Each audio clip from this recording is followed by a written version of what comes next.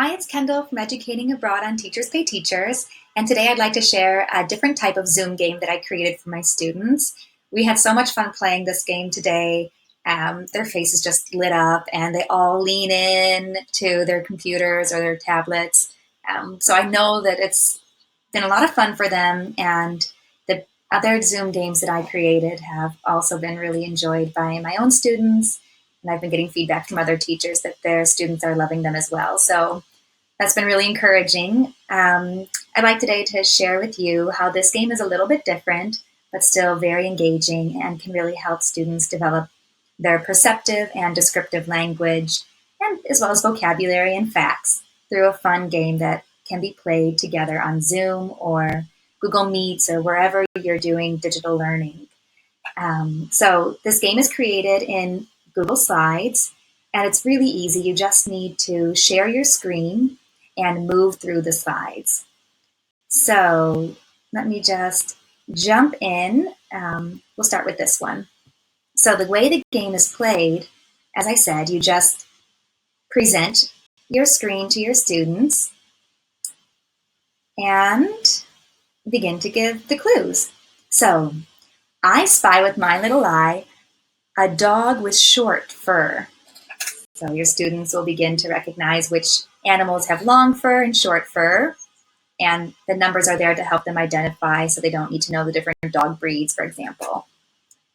All right, next clue. This dog is also wearing a collar. Could be number 9, number 1. Clue number 3. This dog's fur is white. What do I spy? It's number 1, the Chihuahua. So after giving the clues, then there's another slide. What do you spy? And this is a great chance for the children then to take turns. We'll often use popsicle sticks, and whoever name it is will get to give the next clues if they want to be the leader for the game. So in this set, there are 6 different photos. All of the photos have animals, but the answer might not always be an animal. Sometimes we get a little bit tricky.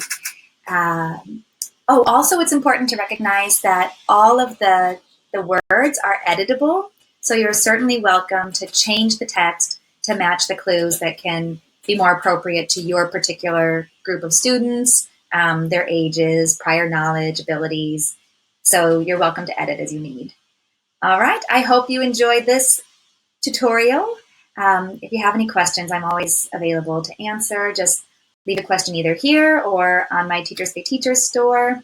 Again, my store is called Educating Abroad, and you'll know that you found the right product by following the link in the description below and finding my shop.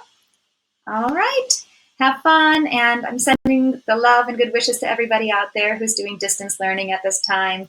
It's definitely not the same as being together with your students, but playing games and just being silly and having fun is really a wonderful way to continue to develop that relationship, even when you're not physically together. So I hope this serves you well.